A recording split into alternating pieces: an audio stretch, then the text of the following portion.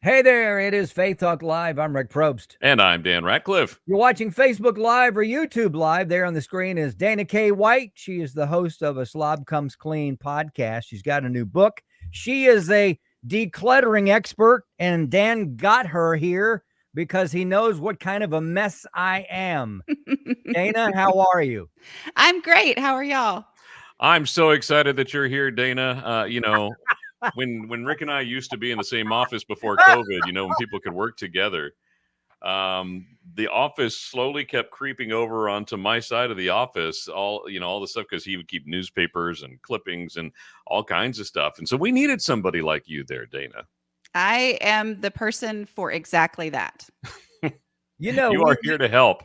We never took pictures, did we? We never took pictures of that mess. No, we didn't. Let me come clean with you here. Dana's probably too young to remember who I'm about to mention. But when I was a kid, I used to watch The Odd Couple, and Oscar Madison was my hero.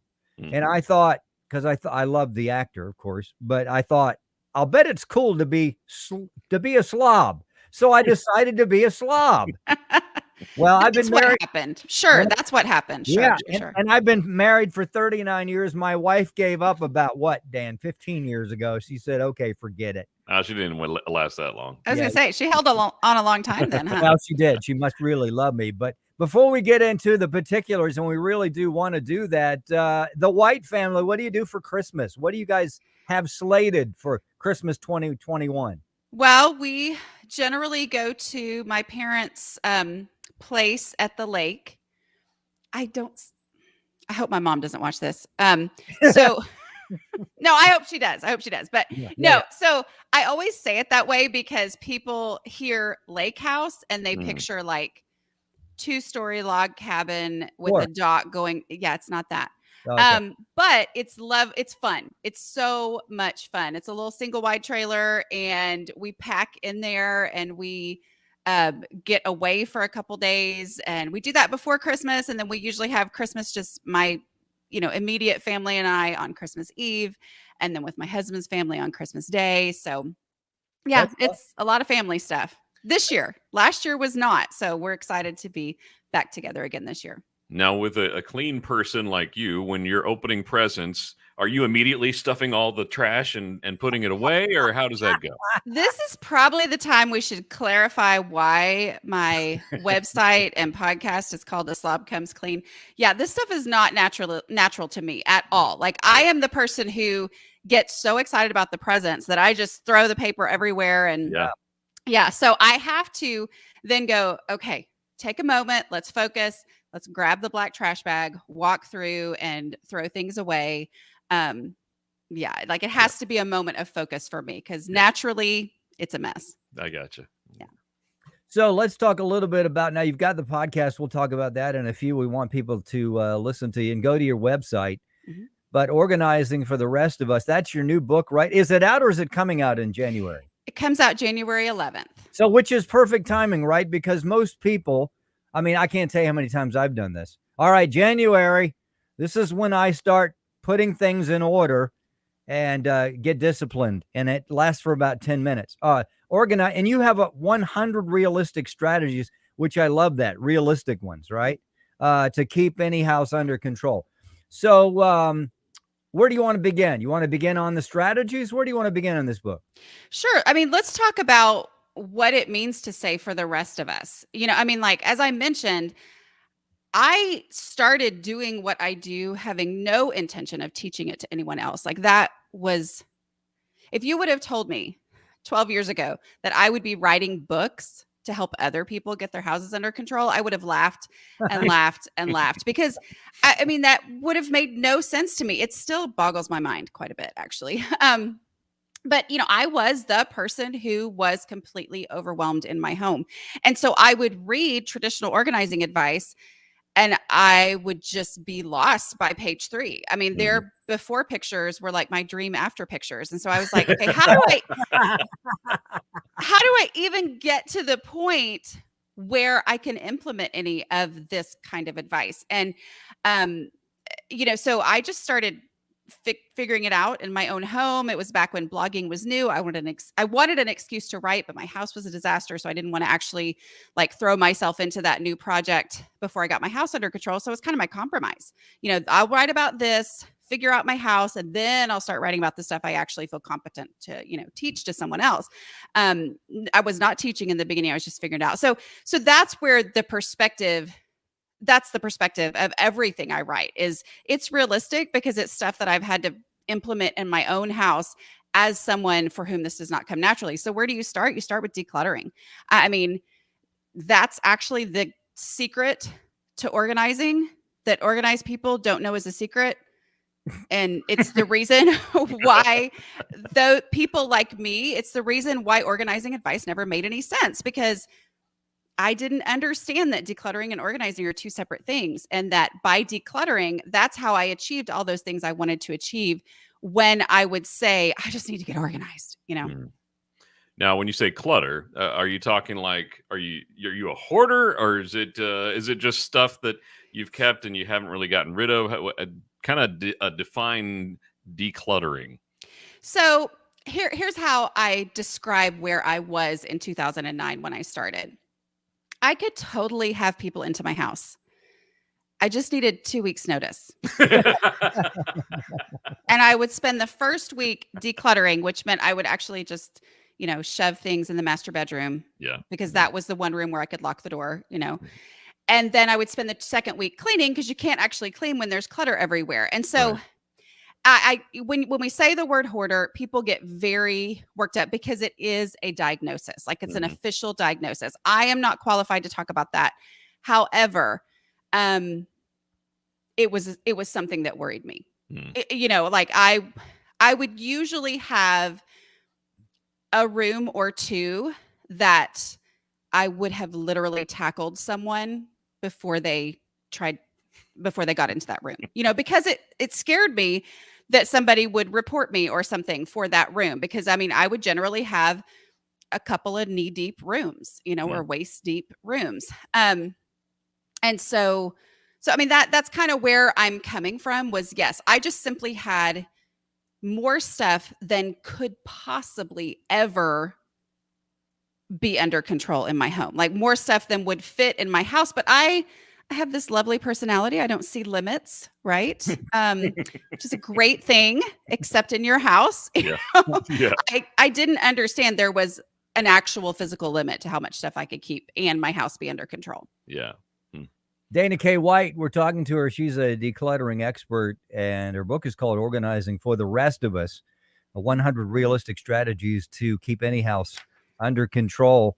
How important is it, Dana, and I do want to get to the strategies here in a minute, how important is it that this is a group effort, that there's a family effort? I mean, you could be as organized could be. In the dictionary, it could have Dana's picture in organizer, boink, or organized, boink. But if it's not a team effort, does it fall apart? I am going to say something that's probably not what you're thinking. And that is, getting started is not a team effort.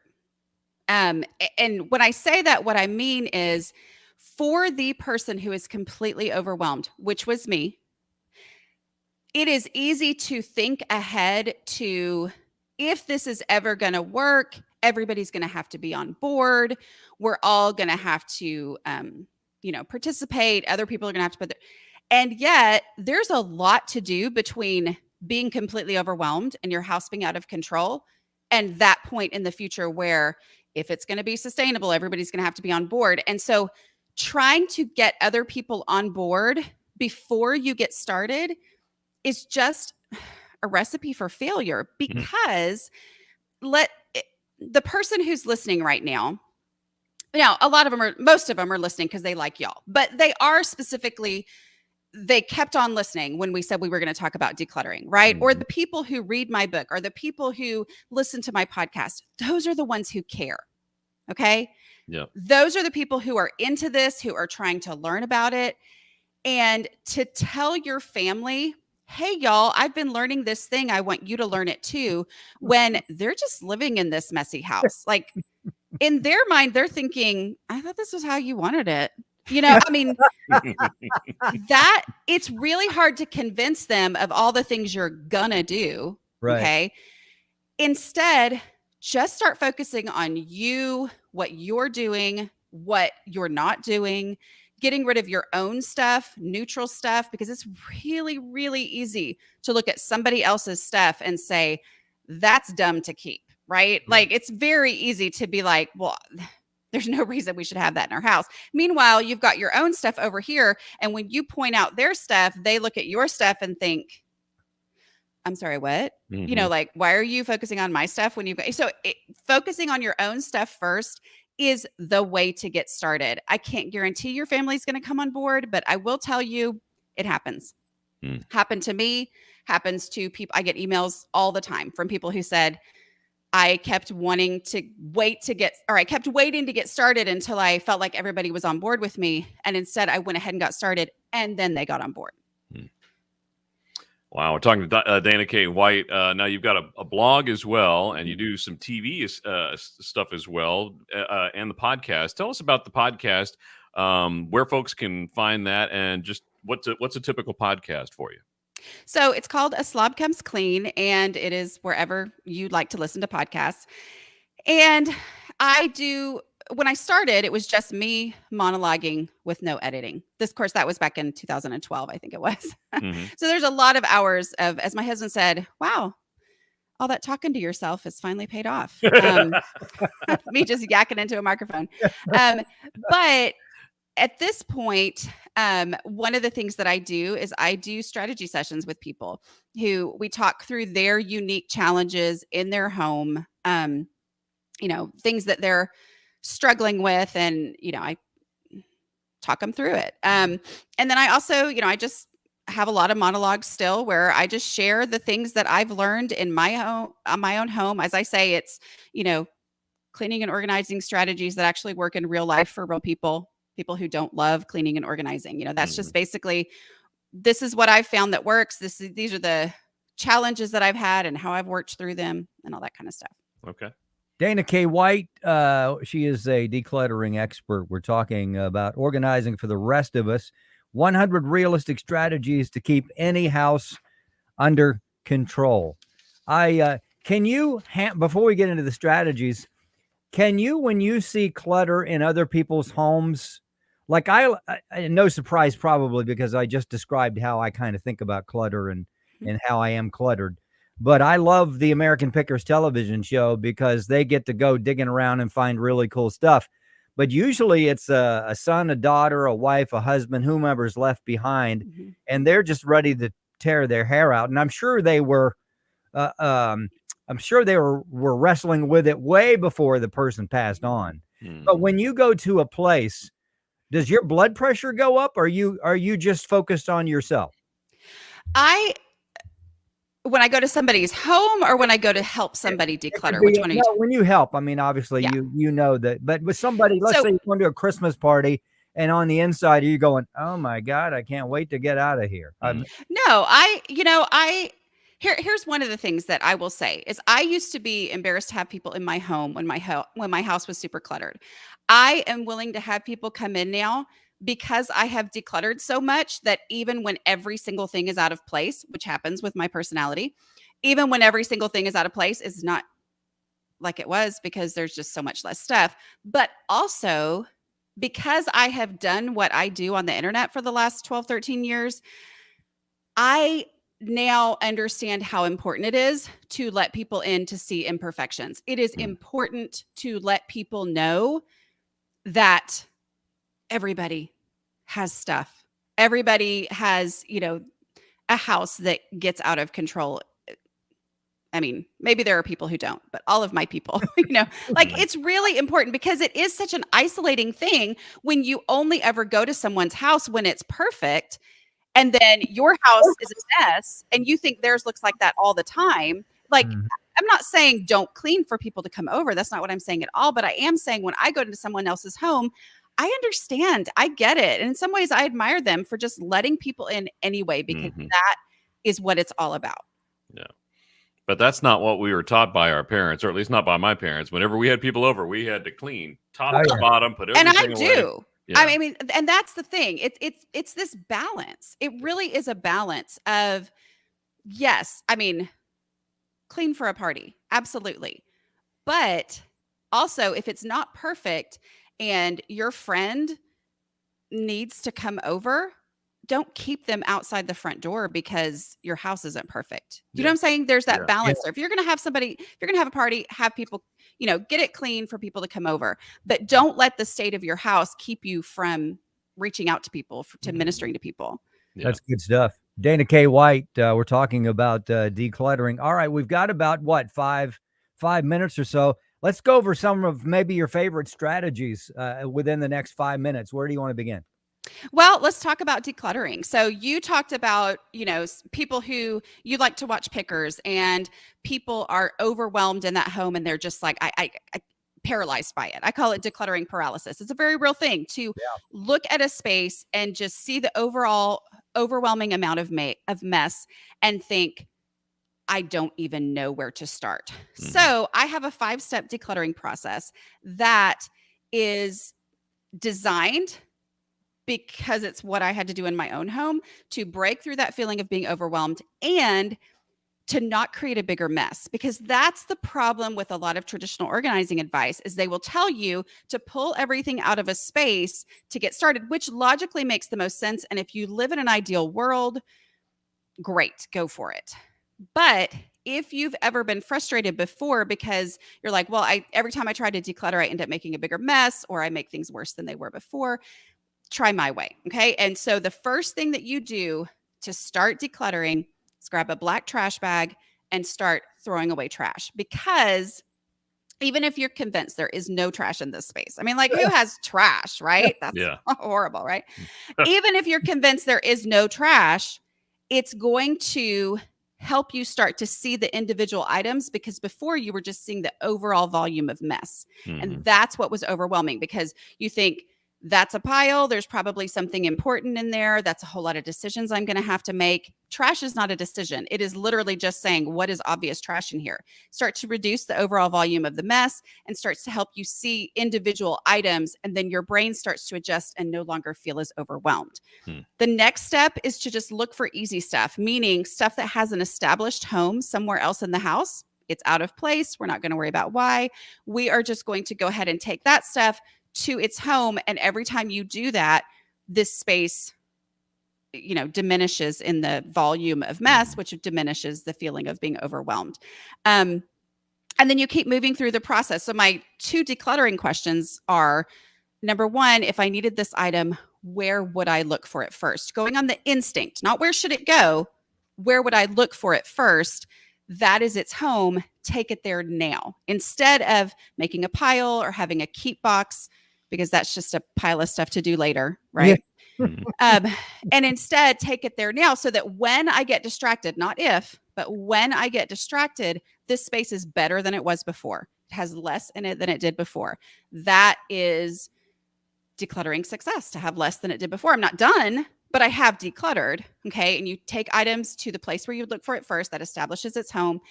And then ask myself, if I don't have a place where I would look for it first, then I have to ask myself and be realistic and say, if I needed this, would it ever occur to me that I already had one? Because I just established that I wouldn't go looking for it, right? So if I would never have gone looking for it, if it would never have occurred to me to look for it, I would have either made do, which is completely a valid option, or I would have gone out and bought another one. Then I would have double in my house. And so I'd rather get rid of it and risk someday having to buy another one, knowing that I would have bought another one anyway, which is even more wasteful, right? To buy something when I actually already had one, but I couldn't find it because my house is so cluttered and messy. That's so good. Dana K. White, decluttering expert. I mean, do you have a card that says decluttering expert on it? I mean, is that an official certified? I think I do somewhere. Okay, that's good. You should. So how many people, when you help people, how many people have such a hard time getting over that decluttering mindset? Because to some people, decluttering means, oh, I've got to go through and throw away everything, which is not necessarily the case. Like you said, it starts with throwing away trash, but you're not just throwing everything out. So I have what I know we don't have time to go into everything, but I Right, have what I call the container concept. And that's actually the final step in my decluttering process. And when I say that, what I mean is I did not I did not understand before what containers were for. I thought they were for putting things in. So I would fill one up and I would think, oh, I've still got more stuff. So I'd buy another container. Yeah. And then I'd buy another container. And then I couldn't fit all my containers on the shelf. And then I couldn't fit all my shelves in the closet or whatever. And I kept buying more. When I realized that containers are actually meant to serve as limits, then that took that away. So I didn't have to look at every single item and say, does this item have value? Could I ever use it in the future? Those are open-ended questions. My brain can spin out on those. Mhm. So instead, I say, what fits? I put my favorite ones in first, and then I let the container make the decision of how much I can keep, which means I can keep anything. I just can't keep everything. That's good. And the container takes away that pressure of deciding what's worth staying and what's not. I'm like, well, I would keep it, but the container is full. So, blame the container. That's I good like stuff. that. Yeah. Dana K. White, the book coming out in January. Go to her website, though, first. It is slobcomesclean.com. Listen to her podcast. But in January, organizing for the rest of us 100 realistic strategies to keep any house under control. Dana, you've been such a great, I love what you're talking about. And we'd love to have you back on. If you're up for it, I'd love it. let's look at 2022. And I would also on a future show like to talk about, and this may sound a little morbid, but when kids are left with their parents' stuff, Mhm. I plan on leaving all my stuff to them so they have to go through it. That's how I'm going to get them back for all those years. I have teenagers, and that kind of sounds like a good plan right now. Yeah, there you go. So, Yeah. but for children, I have a dad left. My father's left. When he's gone, we're going to have to go through that stuff. So maybe we can talk through. I don't know if you have a book about that or if you have any thought on it, but we'll get into that and more. Dana K. White, check out her stuff. Dana, Merry Christmas. I love the lamp in the back, by the way, as well. The thank you. lamp. That's awesome. Hey, let's take a break. We'll be right back. I'm Rick Probst. And I'm Dan Ratcliffe. This is Faith Talk Live.